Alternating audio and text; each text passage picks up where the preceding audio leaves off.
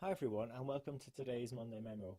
And you know, one thing that I'm noticing a lot more in accounting and finance is our need to be a bit more influential to be able to get our message across and communicate what's going on with the numbers.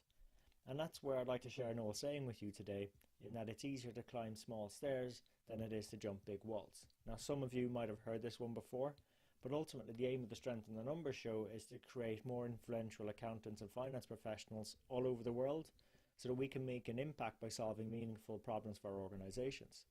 So, how do we do that? Well, I encourage you maybe to think about a particular scenario where you're either a controller or a finance business partner, and the business you support, they've just lost an important customer, and the message then goes out to everyone, coming down from the CFO and to everyone else, that we need to find another 10% in expense savings over the next 6 months or so in order to get the company back on track with its profitability plans. Now, this message is might be a difficult pill to swallow for some and not so for others, but let's say the area of the organization you work in is like customer services.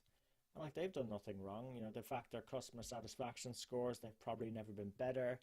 I mean, and if you think about it, customer service is all about people, right? In fact, you need people in customer service. You need the engineers, the field and the remote ones. You need the dispatch agents. You need the team leads. You need the technical specialists. So costs in terms of staff are quite a large element of your overall expense. So making a 10% cut to that is going to be quite a challenge. So even before you go to the customer services president and ask for a 10% reduction in their expense, he's probably thinking, if you put yourself into his shoes, they're already doing their bit, and they're not going to wish to disrupt customer satisfaction scores by changing up staff levels. You can already see the argument he's going to make. Happy staff lead to happy, loyal customers, which is better for longer term sales and profitability. And at first glance, such logic, that's actually quite a good defense, quite a reasonable defense to have. If someone's been tasked with reducing expenses so much, it's actually quite a big wall to overcome. But what if we could actually identify some ways of turning that big wall into perhaps some smaller stairs for the business to walk up, to deliver the 10% task, but also not adversely impact customer or employee satisfaction, right? So rather than telling the customer services president and his managers that they have to deliver 10% cost saving, how about instead we think about breaking it down to smaller stairs? So maybe breaking their P&L out into its various cost drivers. So let's say staff are 70% of that cost base.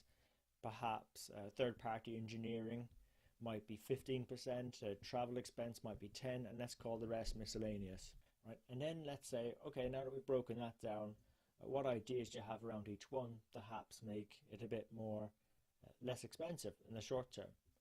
So maybe we freeze all hiring for the next 3 months.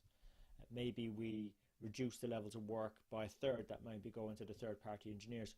Or even, let's say, instead of traveling to meetings, how about we hold them all virtually for the next 6 months and see how we go? We might save some expense there.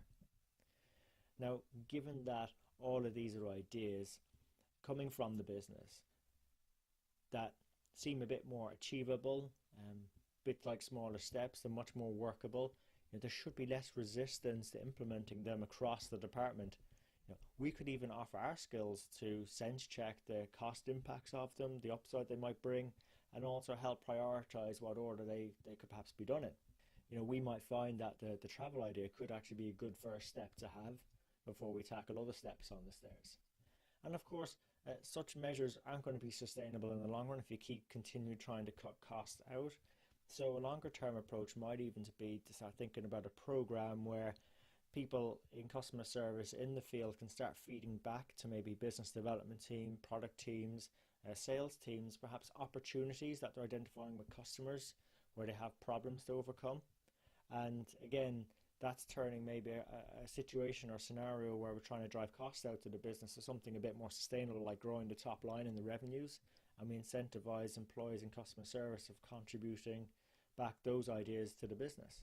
Let's put that aside for one moment. Had we originally gone to the business, gone to customer service management and told them to reduce their expenses, we probably got a lot more weight in the resistance, and particularly if they'd already been meeting their planned expenses, met budget, record customer sat scores, record employee satisfaction scores. Why would you want to tinker with something that's working quite well? But because we created a few easy first steps, it's a much easier way to get softer commitments to ideas, to then target those ones and get them firmed up before we go deliver, and then go and meet those and keep on walking up the stairs.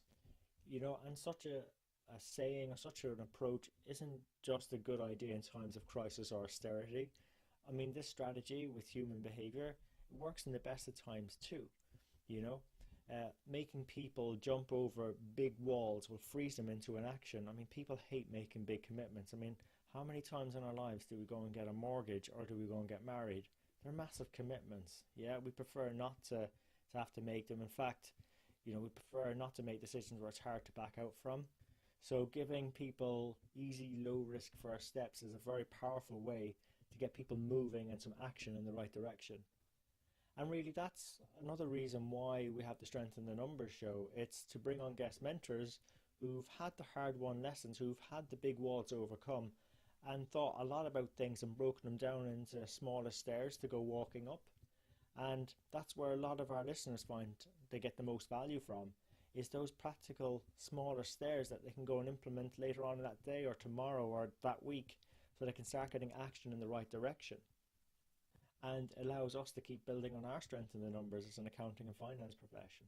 So look, hope you enjoyed this episode. If you did, please check out our other episodes and at guest mentor interviews at sitnshow.com, and let your friends know about the show. We're on all the major platforms: iTunes, Stitcher, YouTube.